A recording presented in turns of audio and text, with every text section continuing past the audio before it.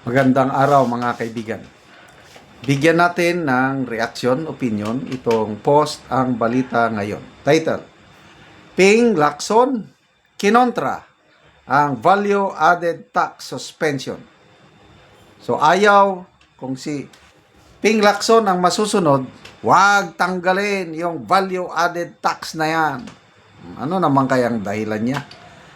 Kasi ang laking pabigat itong value added tax na ito, lalo na sa presyo ng langis, gasolina, krudo. Nagbubuwis na tayo dahil may value added tax plus mayroon pang excise tax. Doble-doble ang ating binabayarang buwis sa gasolina at sabi, mariing tinutulan ni Senate President Pro Tempore Panfilo Ping Lacson ang panukalang suspension ng value added tax sa langis sa gitna ng panawagan ng ilan na ito ang agarang solusyon sa tumataas na presyo ng petrolyo. Ayon kay Lacson, bagamat maaring magbigay ito ng pansamantalang ginhawa sa mga motorista, may kaakibat aniya itong mabigat na epekto sa ekonomiya, lalo na kung gross domestic product ng bansa. Sabi niya, hindi gaanong kasimple. Hindi ganoong kasimple kasi tinitignan lang natin suspend ang VAT para masiyahan yung mga kababayan natin. Pero yung impact niya sa gross domestic product natin sa GDP matindi. Binigyan din ng senador na ang anumang desisyon hinggil sa buwis ay dapat timbangin hindi lamang sa agarang epekto nito kundi pati sa pangmatagalang kalagayan ng ekonomiya. Sabi niya, in the long term or in the medium term, tayo rin ang matatamaan. Ano ba ito? Kung hindi ako nagkakamali, ang net worth sa SALN ni Senator Lacson is 288 million. So, paano niya kahit wag mag 200 ang litro ng diesel or crudo? Sa tingin ko, baliwala yan kay Senator Lacson. Lahat silang mga senador, kongresista, nasa palasyo, kahit 500 pa per wala lang. Tayo, yung ordinaryong Pilipino, hirap na. Tapos ayaw pa nilang tanggalin ang VAT, excise tax, nang dahil lang sa gross domestic product na yan. I'm sorry kung ako ang masusunod, tanggalin muna temporarily. Nagawa ng Vietnam. Kaya 19% ang pagbaba ng presyo ng langis sa Vietnam dahil sa desisyon ng gobyerno na tanggalin yung buwis sa langis. Kaya may nabasa kong comment, OFW natin, nagtatrabaho sa Vietnam, sabi, mabuti pa dito sa Vietnam, ang gobyerno nila dito nag-iisip paano matulungan ang kanilang mga mamamayan. Dito sa Pilipinas, yung administrasyong Marcos, of course, kasama si Lacson, huwag niyong tanggalin. Bakit? Maapektuhan ang ating ekonomiya. Sabi nga ni Mr. Ted Filon, may bumubulong sa Pangulo na huwag tanggalin yung mga buwis na yan sa langis. Huwag. Di huwag. Wala kaming magawa. Kung ayaw niyong tanggalin, magtiis kami sa hirap. Kasi ako, may pension na ako. Nung normal pa yung presyo ng langis, okay.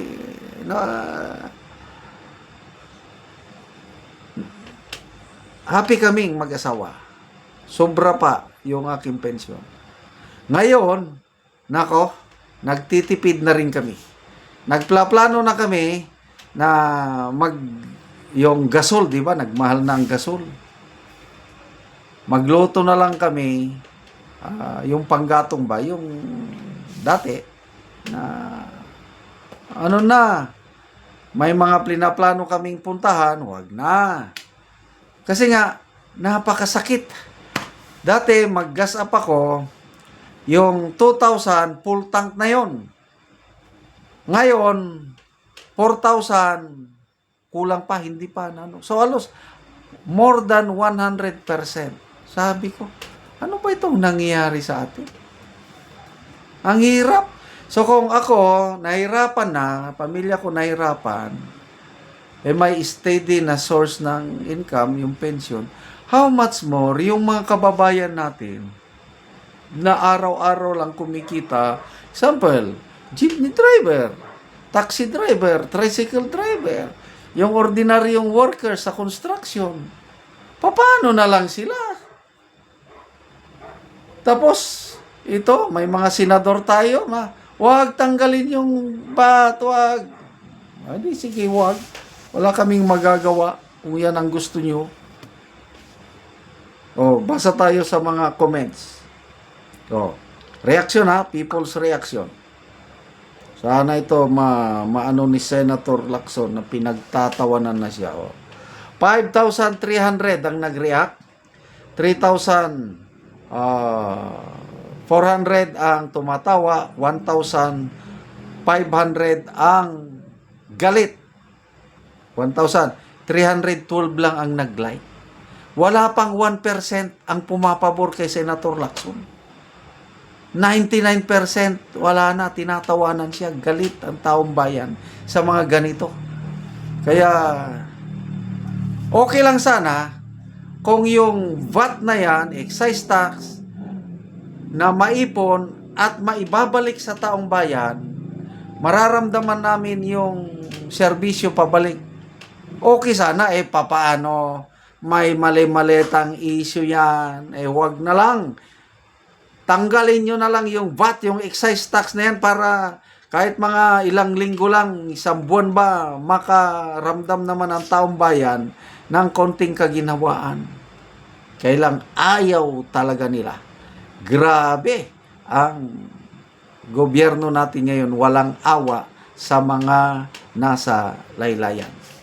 Salamat mga kaibigan sa inyong pagsubaybay sa ating channel. Nakakatulong kayo ng malaki sa tribong Talandig ng Bukidnon dahil ang income natin sa channel na ito is pantulong po sa tribo. Namimigay tayo ng libreng yero at pako para makapagpatayo sila ng mas maayos na tirahan. Panoorin nyo ang video na ito. Muna ni si Angkol ang natabangan og sen.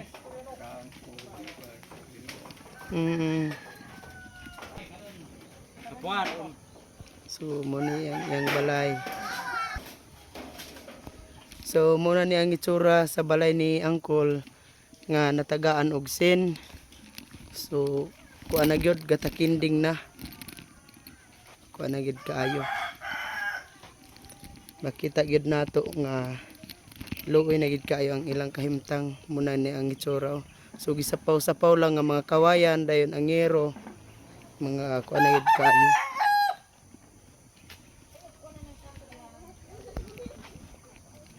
Itsura sa yang balay ni Angkol.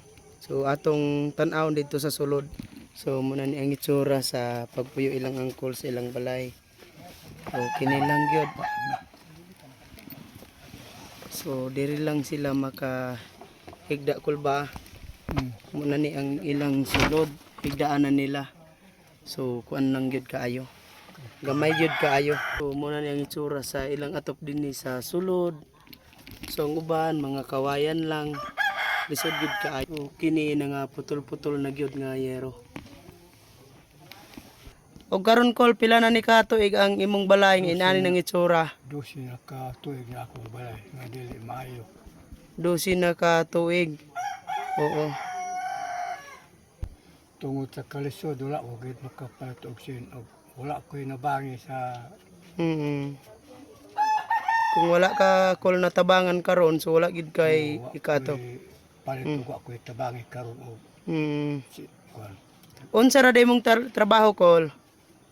farmer man. So uma. Mag-uma. So lisod good ko lang kuan. So naa pa ka estudyante ko wala na. Wala na. So pila na day ko imong edad? 55 na. 55. So naa pa kay asawa. Ano pa. So lisod good. Pila ka book day mong anak kol? 5 ra ni ang nadia. Oh, 5 ra. Oh. Tan laki. Mm. Salamat sa Ginoo nga nagtabang sa sin sa kuha. Oh, salamat kayo kol.